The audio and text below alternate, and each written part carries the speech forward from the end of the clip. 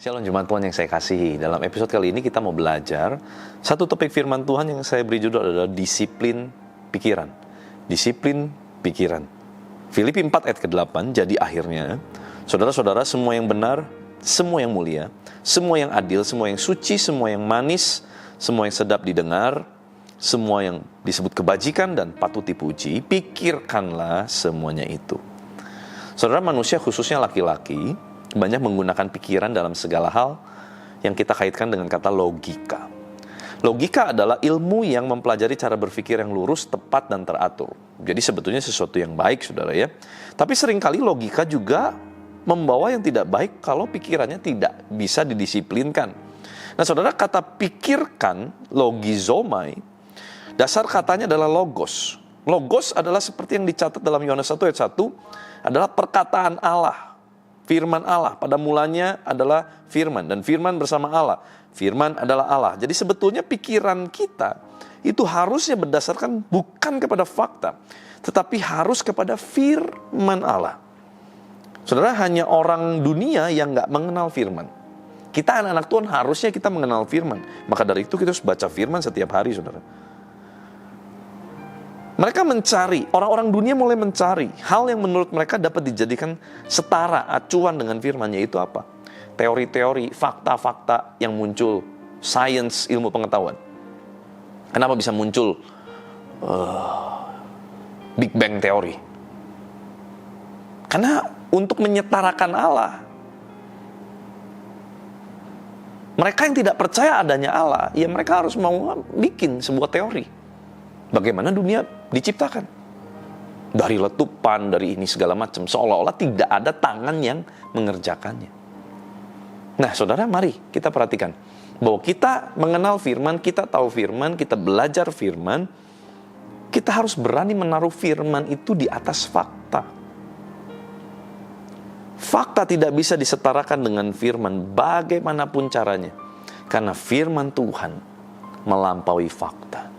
Firman Tuhan ada kuasa penciptaan. Fakta tidak ada kuasa penciptaan. Firman Tuhan ada kuasanya. Fakta tidak ada kuasanya. Nah, saudara, mari kita tahu bahwa Allah yang kita sembah keberadaannya adalah di atas fakta. Di atas alam realitas. Yaitu di alam supranatural. Dan Allah kita, Tuhan Yesus, juga ada di alam realitas, juga alam supranatural, karena dia pernah jadi manusia, tetapi dia juga 100% Allah. Dia mengerti kelemahan kita. Yesus melebihi realitas. Yesus melebihi fakta. Nah saudara, gimana supaya pikiran kita ini dapat didisiplinkan sesuai dengan logos, firman Tuhan. Firman hari ini mengajarkan pikirkan yang mulia, yang benar, adil, suci, sedap didengar, kebajikan patut dipuji. Nah harusnya hal-hal itu yang memenuhi otak dan pikiran kita. Jadi arahkanlah pikiran kita kepada hal-hal yang tadi. Yang apa? Disiplinkan dengan apa? Yang mulia, yang benar, yang adil, yang suci, sedap didengar, kebajikan dan patut dipuji. Itu yang kita harus pikirkan berulang-ulang. Ini disebut dengan belajar mendisiplinkan pikiran. Saudara, saya ini orang yang pikirannya parah dan bisa kemana-mana. Lihat kendaraan, saya bisa mikir yang lain, saudara. Bisa nyambung. Istri saya kadang suka bingung. Kamu pasti baru lihat apa? Makanya kamu bisa ngomong ini tiba-tiba. Saya bisa cerita, gara-gara lihat ini. Istri saya bisa geleng-geleng kepala, saudara. Saya belajar dengan begitu keras mendisiplinkan pikiran saya. Kenapa? Waktu pikiran saya tidak didisiplinkan, dia akan kemana-mana dan berakhir pada yang namanya gejala kecemasan. Membawa kepada yang namanya anxiety. Ini bahaya, saudara. Makanya selagi sedini mungkin, sebisa mungkin, secepat mungkin, disiplinkan pikiran kita sebelum pikiran kita mulai kemana-mana. Itu bisa bahaya. Saudara, satu kali ada kejadian yang terjadi di depan mata saya. Saya lupa siapa orangnya, tapi ini terjadi di depan mata saya. Saya tidak bisa lupa. Ada seorang ibu, udah punya anak, punya suami. Ibu ini, dia seorang percaya Tuhan. Nah, dia duduk bersama para dokter yang dokter-dokter itu bukan orang yang percaya Tuhan. Ya. Si dokter-dokter itu mulai membahas tentang maraknya ada virus waktu itu, bukan COVID-19, virus lain saya lupa, yang sedang marak dan memang ada vaksinnya waktu itu. Ada virus yang dilemahkannya. Si dokter itu berkata, wah sekeluarga saya semua udah divaksin karena virus itu. Karena virus itu menakutkan dan bahaya sekali, kata si dokter-dokter yang gak percaya Tuhan itu. Iya, keluarga saya juga udah. Oh gampang kok, itu nanti bisa divaksin, disuntik dan sebagainya.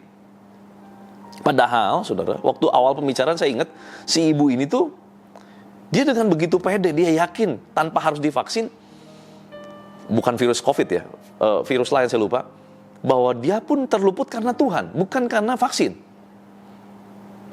Dia begitu yakin awalnya. Tetapi akhir pembicaraan dengan para dokter itu, tiba-tiba dia ngomong begini, iya ya, kayaknya kalau ada kesempatan saya mau vaksin juga lah, semua keluarga saya. Saudara, bukan soal vaksinnya salah nggak salah, tapi lihat bagaimana waktu pikiran tidak didisiplinkan, pikiran ini akan mudah sekali membuat kita mengambil jawaban, mengambil sebuah keputusan yang bertolak belakang dengan kepercayaan kita. Saya bukan bilang vaksin salah, sekali lagi saudara ya. Tetapi bagaimana lihat dari jalan cerita tadi, dengan begitu mudah, yang tadinya si ibu yakin tanpa vaksin keluarganya baik-baik saja, sekarang menjadi begitu tidak yakin gara-gara ngobrol sebentar dengan para dokter. Itu yang disebut dengan fakta, realita. Seringkali memang fakta realita begitu meyakinkan, saudara. Tetapi ingat, betul kita harus bisa terima fakta yang ada, betul. Tapi ingat bahwa Tuhan kita mengatasi realita. Tuhan kita mengatasi segala fakta. Itu yang disebut dengan dimensi iman. Maka dari itu, biarlah hidup kita hari lepas hari jangan cuma mengandalkan fakta. Kita perlu tahu ada fakta-fakta yang ada. Tetapi ingat bahwa iman itu diarahkan bukan kepada fakta. Kalau sudah jadi fakta, tidak perlu iman, saudara.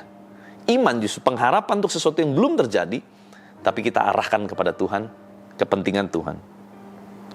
Nah saudara, ini bukti bahwa pikiran yang tidak diarahkan kepada Tuhan akan memimpin kepada ketakutan, himpitan dunia, dikuasai oleh ketakutan, dikuasai oleh anxiety.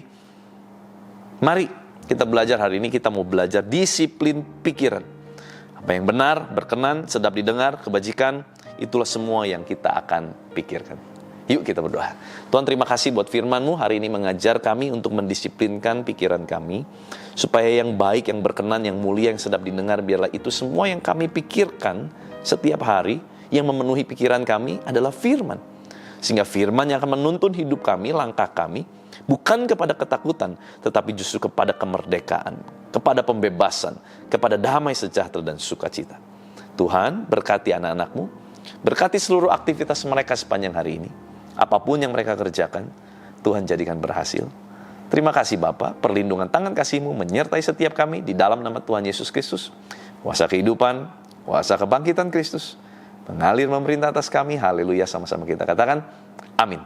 Tuhan Yesus memberkati.